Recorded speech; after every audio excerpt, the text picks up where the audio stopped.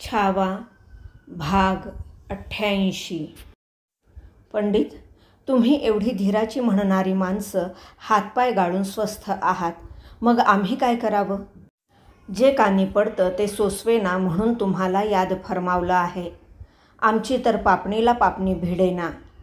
येसूबाईंच्या मनाची कोंडी शब्दलोटाने उमळून येत होती. शृंगारपूरच्या पिलाजींच्या वाड्यातील जनानी दालनात कवी कुलेश, केशव पंडित, उमाजी पंडित, परशुराम, रायाजी, अंतोजी सारे गर्दना पाडून युवराज्ञीसमोर खडे होते. स्वारी आम्हाला पारखी झाली. जाऊ नये त्या गोटात गेली. जाताना आमच्या दिवाणसाहेब आणि धाकल्याबाईंना घेऊन गेली. आमच्या मुलखावर चालून आली. भोपाळगड घेतला. आता आणखी कशाची वाट बघणार आहोत सारे? आता तर धाकल्याबाईंना मुलगा झाला आहे. त्यांना कुठवर फरफटीला सोडणार आहोत आपण? स्वारींपेक्षा त्या दोघींची काळजी आमचं काळीज तोडते आहे. कुलवंतांच्या घरचा जनाना जळत्या पदरानं मोगली गोटात दिवस काढतो आहे. कुणाला नसली तरी याची खंत आम्हाला हररोज घास उचलताना छळते आहे. येसूबाईंचे शब्द ठिणग्या होऊन साऱ्यांच्या कानांवर कोसळले. एवढे थोर तत्त्वज्ञ, पण सारे आतून पिळवटून निघाले. आम्ही जीवाची आण लावू, पर धण्यासनी घेतल्या बगार नाही परतणार इथं. अंतोजीने येसूबाईंना धीर दिला. कसं साधणार ते अंतोजी? काय वाटल ते होऊन द्या. आम्ही खानाच्या गोटात घुसणार, रायाजीने निर्धार सांगितला. आणि तुम्हीही आम्हाला पारखे होणार. येसूबाई उसासल्या. युवराज्ञी, महाराजांनी हर प्रकारचे यत्न केलेत युवराजांचा समज पाडण्यासाठी. यश येत नाही. आम्ही खलिता सिद्ध करतो आहोत. आपण स्वदस्तुराची मोहर त्यावर करावी. झाला पालट तर भावेश्वरीची कृपा. परशुराम पंतांनी मसलत दिली. नाही झाला तर आम्हाला पालटावं लागेल. जनावरावर मांड घेऊन स्वारीला शोधण्यासाठी आम्हाला निघावं लागेल. साफ लिहा आहे. मनच्या कढाने हात उठवीत येसूबाई म्हणाल्या आणि त्यांनी साऱ्यांना निरोप दिला. एक एक पाऊल हलले. दालन रिकामे झाले. क्षणभर येसूबाईंना आपण पुरत्या निराधाररित्या झालो आहोत, पोरक्या आहोत असेच वाटले. रायगडावर आघाडी मनोऱ्यालगत असलेल्या दगडबंद खलबतखान्यात छत्रपतींची मसलत ही अशीच कुचमली होती. चिंताक्रांतचर्येचे महाराज गिरदीला रेलून बैठकीवर बसले होते. भोवती हंबीरराव, मोरोपंत, अण्णाजी, आनंदराव, प्रल्हादपंत अशी मंडळी होती. छत्रपतींचा चेहरा ओढल्यागत सुमार दिसत होता. कानशिलावरच्या कल्लेदार जुल्फात पांढऱ्या केसांच्या चुकार तारा डोकावत होत्या. दिलेर विजापूरच्या रुखानं कूच झालाय हंबीरराव. विजापूर तेवढं गिळून मारावं असं त्याच्या मनी फार जुनं आहे. त्यास खीळ घालणे आहे. महाराज थांबले. त्यांना वाटले की पूर्वी त्याला आमचा घात करायचा होता. ते साधलं नाही.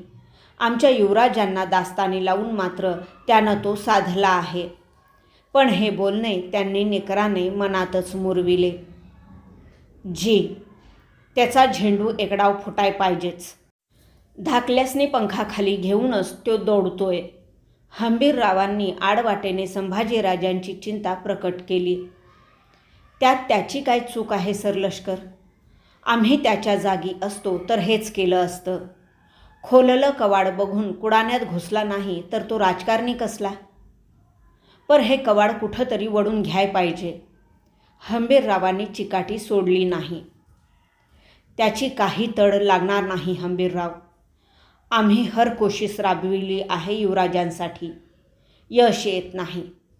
आमच्या समजावणीनं युवराजांचे डोळे उघडणार नाहीत. उघडले तर ते खानाकडून खाल्लेल्या ठोकरीनंच उघडतील. आम्हाला युवराजांचं भय वाटत नाही. वाटते आहे ती चिंता निराळीच. आम्ही नाही समजलो. हंबीरराव, युवराज दिलेरच्या पंजाखाली आहेत तोपर्यंत ते सुखरूप आहेत. कुठल्याही मिशानं औरंगजेबानं त्यांना बोलावलं तर मात्र त्यांची खैर नाही. आमच्या नेताजींचं काय झालं? खुद्द आमचं काय होणार होतं? छत्रपती पुरते अस्वस्थ झाले. राणूबाई आणि दुर्गाबाई यांच्या आठवणीने नाकगड्डा चिमटीत पकडीत त्यांनी डोळे मिटते घेतले. त्या मिटत्या डोळ्यांसमोर क्षणातच वृद्ध जिजाऊ उभ्या ठाकल्या. त्यांच्या थरथरत्या ओठांतून बोल उमटले. भोसल्यांच्या कबिल्याला पदरी निखारे घेऊनच मळवट भरावा लागतो. एक सावळे पान फडफडत आले. त्याची फडफड उठली. एकला जीव पदरी घातला. आता स्वारीच त्यांचे आबा आणि आऊ. मान डुलवीत छत्रपतींनी डोळे उघडले. मनची घालमेल बगलेला सारीत ते निश्चयाने बोलले. मोरोपंत, तुम्ही फौजबंदीनं विजापूरच्या रोखानं कूच व्हा. 12,000 स्वार दिमतीला घ्या. तुम्ही वरंदा घाटाची मोगलाई टापांखाली जरबेत ठेवा. प्रल्हादपंत, सिद्दी मसूदला लिहा. इदलशाही राखणं ते आमचं कर्तव्यच आहे. समोरच्या तबकातील विडे छत्रपतींनी साऱ्या मानकऱ्यांना दिले.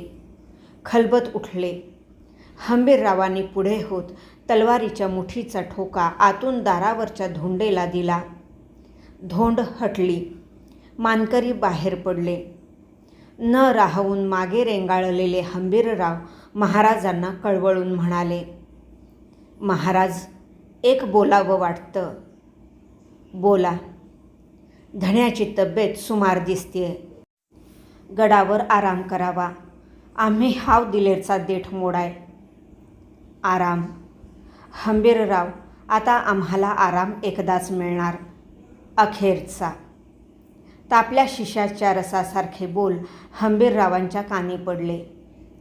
खलबतातून बाहेर पडलेल्या अण्णाजींची पावले 7 महालाकडे वळली. महाराणी सोयराबाईंच्या समोर पेश होत त्यांनी तपशील दिला. स्वामी युवराजांच्यासाठी जातीनं आदिलशाहीत उतरत आहेत. ते ऐकून सोयराबाई कडवटपणे बोलून गेल्या. अजून स्वारींचा मायेचा कढ उतू जातोय म्हणायचा तर. ते मुसलमान झाले तरी गडावर आणून त्यांचंही शुद्धीकरण पालकरांच्यासारखं करायला कमी व्हायचं नाही. त्या बोलांनी खुद्द अण्णाजीच चमकले. विषयाला अंतर पडावे म्हणून त्यांनी ऐकलेली एक खबर महाराणींच्या कानी घातली. युवराजांना मोगली गोटात पुत्रप्राप्ती झाली आहे. मदनसिंह नाव ठेवलं आहे. राजपदराला झटका देत गडाच्या थोरदिल महाराणींनी स्वतःला साजेल असाच ठसका दिला. नीट ऐकलं नसेल नाव अण्णाजी तुम्ही. मदन खान असेल नाव. ते ऐकून अण्णाजींनी हातच्या उपरण्याची गपकन गाठच भरली. संभाजीराजांचा तळ दिलेरसह धुळखेड होऊन हलला. आदिलशाहीचे मंगळवेढे मारून विजापूरकडे सरकू लागला. हलसंगी या गावी येऊन ठाण झाला. याच वेळी मोरोपंतांच्या निस्बतीने 12,000 मावळा आदिलशाहीत उतरला. विजापूरची कुमक करण्यासाठी मराठ्यांनी फळी धरली. पाठोपाठ खुद्द शिवाजीराजे, हंबीरराव आणि आनंदराव यांना साथीला घेऊन 16,000च्या दिमतीने आदिलशाहीत उतरले. धास्त खाऊन सिद्दी मसूदने दिलेरशी लावलेली बोलणी फिसकटली. विजापूर गिळण्यासाठी हट्टाला पेटलेले दिलेर आणि सर्जा खान हलसंगीहून निघून बहमनहळ्ळीला ठाण झाले. मागे राहिलेल्या संभाजीराजांवर दिलेरने रसद पोचविण्याची जोखीम टाकली होती. मजलांनी घोडे फेकीत छत्रपती महाराज थेट विजापुराजवळ शिवापूर या गावी पोहोचले होते. आपले वकील मसूदकडे धाडून सैन्यासह आपणाला विजापूरच्या किल्ल्यात घ्यावे असा निरोप छत्रपतींनी मसूदला दिला. मसूदच्या सल्लागारांनी त्याला सावध केले. पठाण बाजू रहेगा, मरहट्टे ही किल्ला कब्ज कर बैठेंगे. मसूदने शिवाजीराजांना परतीचा निरोप दिला. आप 400-500 हशम लेकर विजापूर आ सकते हैं. महाराजांना ही अट परवडण्यासारखी नव्हती. खरे तर दिलेरला टांगता ठेवून महाराजांनाच विजापूर दाबायचे होते. पण मसूद सावध झाला होता. महाराजांनी त्याला द्यायच्या मदतीचा मुखवटा फेकून दिला.